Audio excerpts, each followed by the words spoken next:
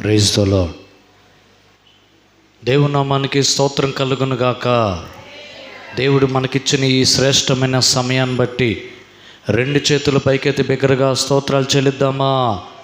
స్తోత్రం, స్తోత్రం, స్తోత్రం, స్తోత్రం. హల్లెలూయా, హల్లెలూయా. మంచిది ప్రియులారా, దేవుని యొక్క వాక్యం కొద్ది నిమిషాలు మనం ధ్యానం చేసుకుందాము. ఇర్మియా గ్రంథం 30వ అధ్యాయము 8వ వచనం నుంచి చదువుకుందాం. ఇర్మియా గ్రంథం 30వ అధ్యాయం 8వ వచనం నుంచి చదువుకుందాం. సైన్యములకు అధిపతియగు యెహోవా ఇలాగు సెలవిచ్చుచున్నాడు, నీకున్న కాడి నీ మెడ ఉండకుండా ఆ దినమున నేను దానిని విరిచి నీ కట్లను తెంపెదను.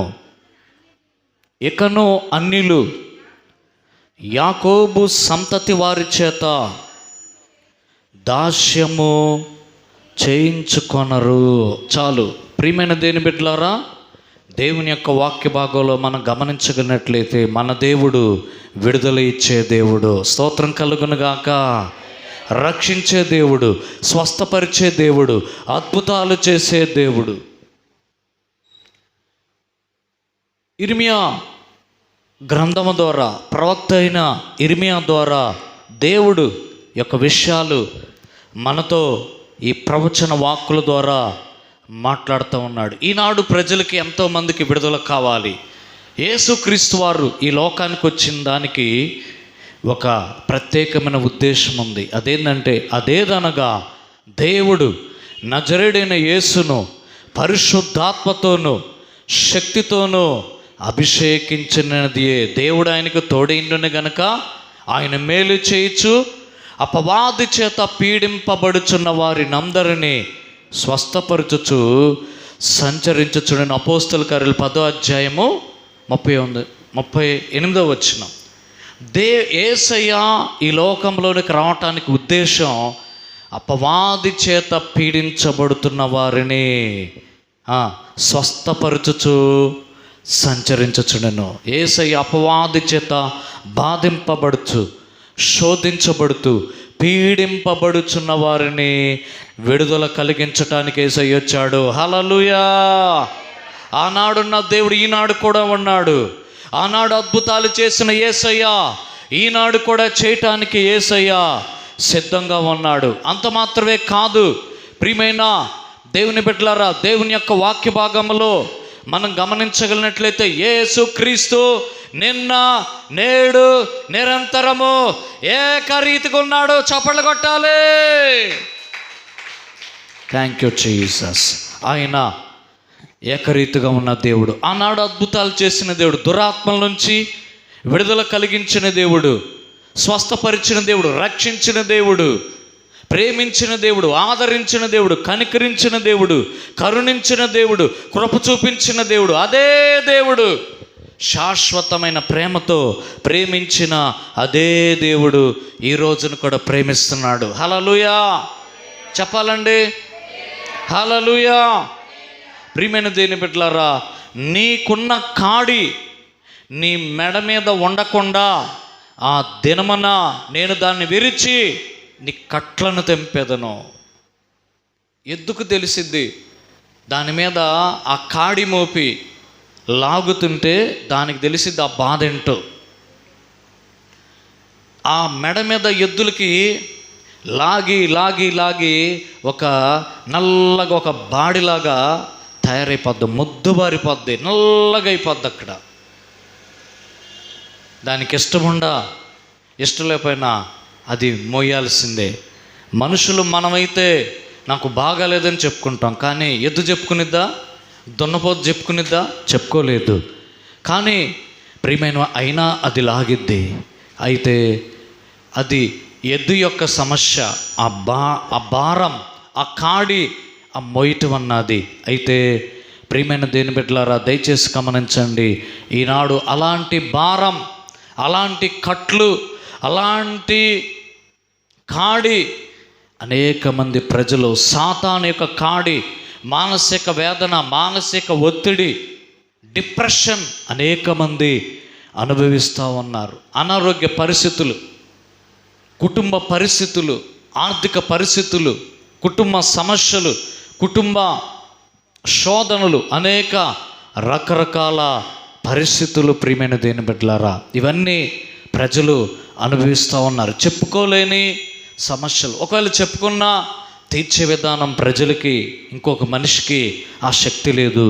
అయితే ఆ శక్తి యేసయ్యకి మాత్రమే ఉంది. దేవుని నామానికి స్తోత్రం కలుగునుగాక, దేవుని నామానికి స్తోత్రం కలుగునుగాక.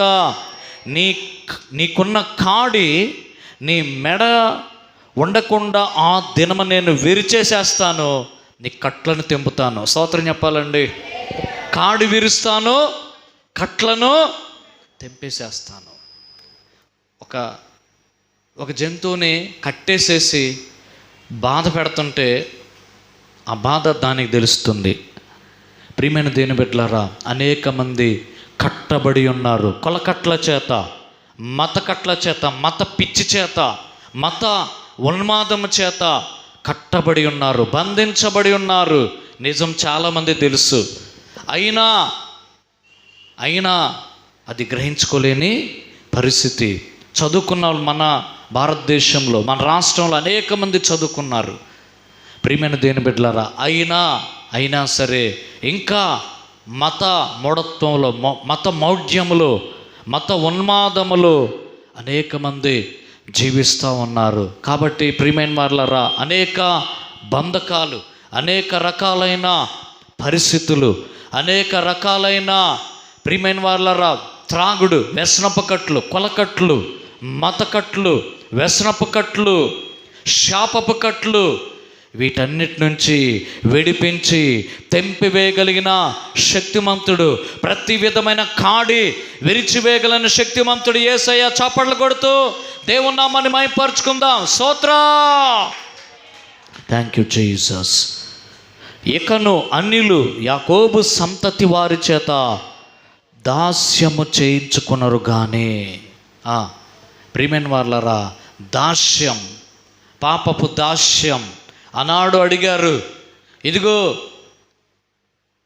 మేము అబ్రహాం సంతానం, మేమెవరికి దాసులము కాదే అని యూదులు యేసయ్యను అడిగారు.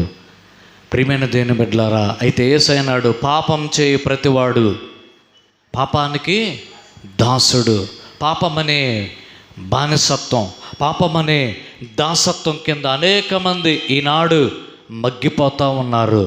ఆ పాపపు బానిసత్వం నుంచి విడిపించటానికే యేసయ్య వచ్చాడు. దేవుని నామానికి స్తోత్రం, దేవుని నామానికి స్తోత్రం. ప్రియమైన వారులారా, వారు తమ దేవుడైన యెహోవానగు నేను వారి మీద రాజుగా నియమించు దావీదును సేవించెదరు. స్తోత్రం కలుగునుగాక, ఆమేన్. స్తోత్రం కలుగునుగాక. దావీదే చాలా మాదిరికరమైన రాజు. ఆయన చిన్నతనంలో సింహం వచ్చి ఒక గొర్రె పిల్లని నోట కరుసుకుని వెళ్తుంటే దాన్ని సింహాన్ని చంపేసేసి దాని నోట్లో నుంచి ప్రియమైన దేవుని బిడ్డలారా గొర్రె పిల్లను విడిపించాడు. ఆ తర్వాత రాజయ్యాడు. ఫిలిస్తీన్ల బారి నుంచి, అమ్మోనీయుల బారి నుంచి, మోయాబీల బారి నుంచి, శత్రు యొక్క సైనికుల నుంచి, శత్రుల రాజుల నుంచి ప్రియమైన దేవుని బిడ్డలారా దావీదు తన ప్రజలను కాపాడాడు. స్తోత్రం చెప్పాలి, స్తోత్రం. అవును, దానికి మాదిరికరణంగా ఈ వాక్యం ద్వారా దేవుడు మాట్లాడుతూ ఉన్నాడు. నేను వారి మీద రాజుగా నియమించు దావీదును వారు సేవిస్తారు, వారికి నేను విడుదల కలిగిస్తాను అని చెప్పి దేవుడు మాట్లాడుతున్నాడు. ప్రియమైన వారులారా, మరియు యెహోవా సెలవిచ్చినదేమనగా, నా సేవకుడైన యాకోబు భయపడకుమో, ఇశ్రాయేలు విస్మయమందకుమో. దేవుని నామానికి స్తోత్రం చెప్పాలి, స్తోత్రం కలుగునుగాక. నాడు భయం లేని వాళ్ళు ఉండారా? చెప్పండి, భయం లేని వాళ్ళు ఉండారా? ప్రతి ఒక్కళ్ళకి భయమే, ఏదో ఒక భయం. ప్రియమైన దేవుని బిడ్డలారా దయచేసి గమనించండి, చిన్నపిల్లలకి భయమే, పరీక్షలు రాసే వాళ్ళకి భయమే, ఆ తర్వాత పరీక్షల యొక్క రిజల్ట్స్ కోసం ఎదురు చూస్తున్న వాళ్ళకి భయమే, తల్లిదండ్రులకి భయమే. ప్రతి ఒక్కరికి భయం భయం భయం భయం. దేవుడు చెప్తున్నాడు, నా బిడ్డలారా భయపడొద్దు, నా కుమారుడా భయపడద్దు, నా కుమార్తె భయపడద్దు. నీ సమస్యల నుంచి, ప్రతి శోధన నుంచి విడిపించే శక్తి కలిగిన దేవుడు నేను. యాకోబు భయపడకము, ఇశ్రాయేలు విస్మయమందకము. స్తోత్రం, దేవునామానికి స్తోత్రం.